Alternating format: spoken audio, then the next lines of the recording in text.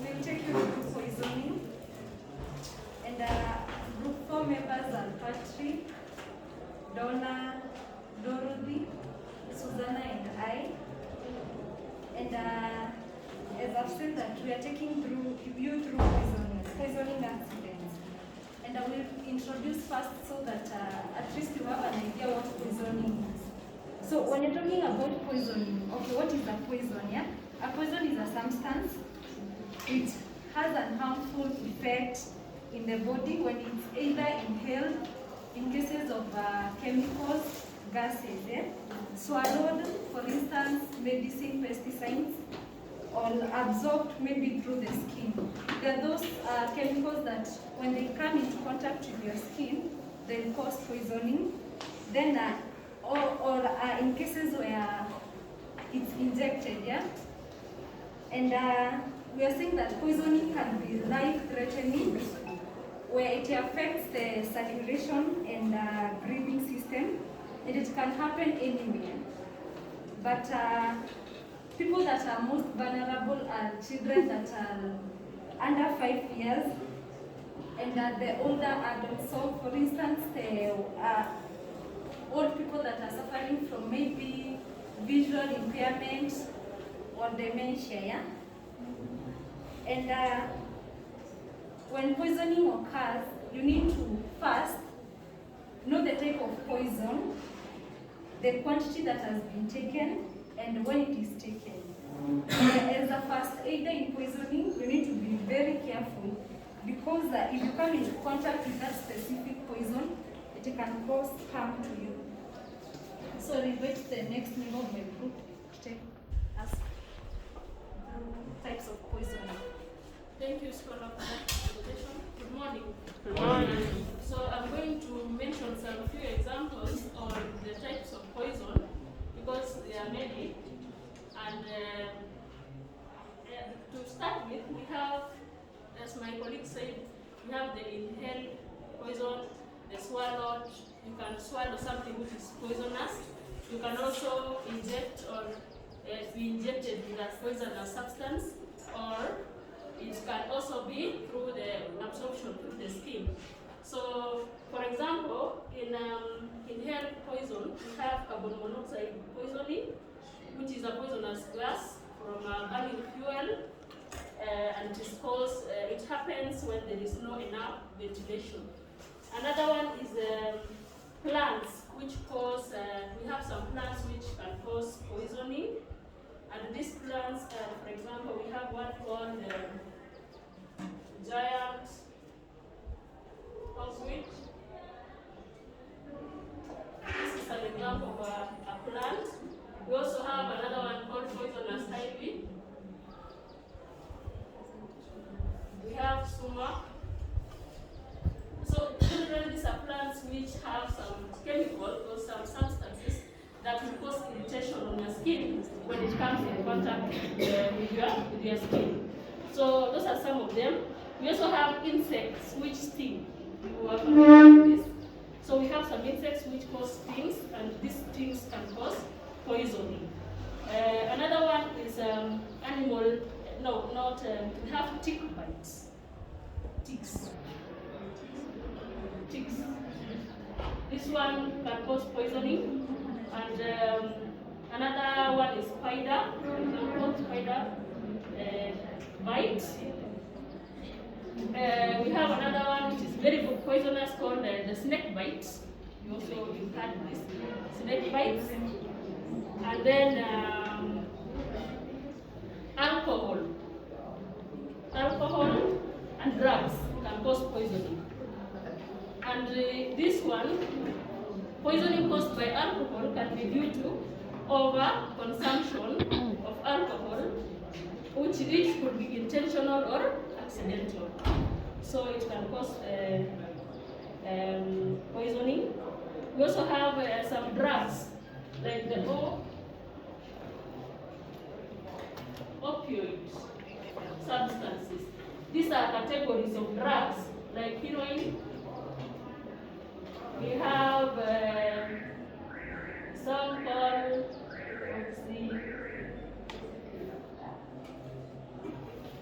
they have drugs that people can inject themselves.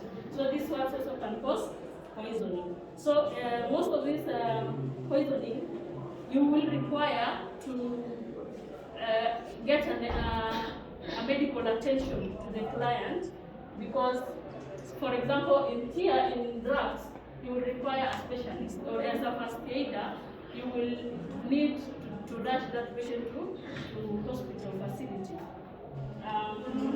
And the final example, of course, is some marine life. Some marine life can cause bites, like, for example, jellyfish. Maybe we may not be familiar with that so much, but it can cause bites. So some marine life can cause poison through that. So generally, that is what we have. We have those examples, but my colleagues are going to demonstrate on the general, because we are not going to demonstrate on each, like snake bite, what we do, but we have a good document on that. So I invite Patrick and Susie to come and present on the remaining parts. Thank you. Hi. How are you? I trust you've gotten an introduction to different types of poisoning that can occur and cause an accident. And you may be required as a first aider to respond. So as she has mentioned, there are various ways of getting poisoning. And maybe to add on what she has said, there's this plant called datura. Yes? You can get poisoning. Also cassava, some mild cassava. If you partake of that, you get poisoning. So you see that before we actually intervene, it's very important you prevent. Prevention is better than cure, isn't it? So one way of preventing is to do what? You make sure that the chemicals that you have within your household are well labeled and stored and out of the reach of children. Number two, what do? If you have like kerosene in the house, you have medicine, you keep them in the right container. Can you say amen? Amen. In the right container so that children do not mistake them for juices, and they partake, right? And also if you've handled chemicals like pesticides, insecticides, and so forth, you make sure to wash your hands thoroughly before you handle any other commodities within the house. Amen? Say amen. Amen. Very good.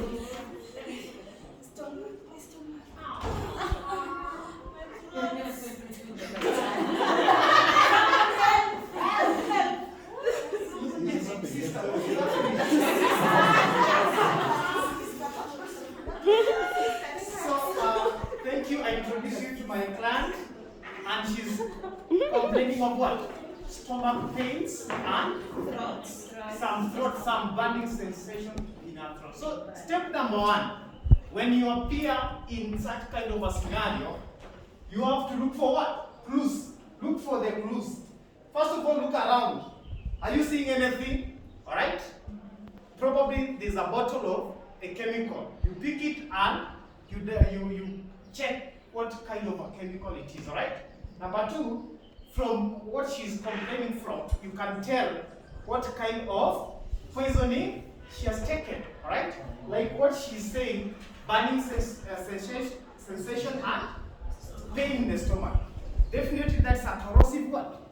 Poisoning, all right? So by diagnosing the type of poisoning, it will also dictate the kind of management. So for example, it's corrosive poisoning, the one that she's complaining about. What you should do, kindly don't induce vomiting, because when you induce vomiting, the corrosive substance will flow outward and make more damage to the organs. So what you should do, give plenty of water. Give plenty of water so that the body can neutralize and dilute and eliminate the acid, the corrosive substance. Number two, from your diagnosis, from the kind of things that you picked, it could be the remainings of those poisons. It can tell you it's acidic poison. If it's acidic, you give alkaline solution. An example of alkaline solution is you take a chalk, you crush it, okay? You mix in water, all right? Then you give her. She takes the mixture of that shock. Another way you can do it is by taking ash, right? You can use ash and other alkaline solution like detergents which are not synthetic. What if it's alkaline? You've diagnosed that it is alkaline poisoning. What should you do? Give acidic solution to neutralize. An example is, give me an example. Very good. Take a lemon juice, okay? Okay? And give her a lemon juice. So that she can neutralize. Are you together? Are you together? Yes. Now the last one. You've discovered that she's not complaining of the stomach pains, and she's not having burning sensation. It means that it's non-corrosive poisoning. So what should you do? Induce vomiting, because that acid, that substance is probably causing a lot of problem down there. So you can induce vomiting. How do you do that? Well, make sure that your hands okay. You can use, if you can get a glove, you can do that, right? Okay, rubber glove, right? Then, using your two fingers, all right? You do what? You open the mouth. Are you seeing that? Then, using your fingers, you reach to the end of the mouth, right? The gag, okay? You touch it, and it will induce what? Vomiting. You want to see that? No. Okay. Then after doing that, make sure you give plenty of water or milk. Like half a liter is enough, adequate. After she has taken that amount of water, repeat that process again. Induce vomiting. Are you together? You induce vomiting, and you give plenty of water. Then the last step is look for the doctor to attend to your patient. Have you enjoyed?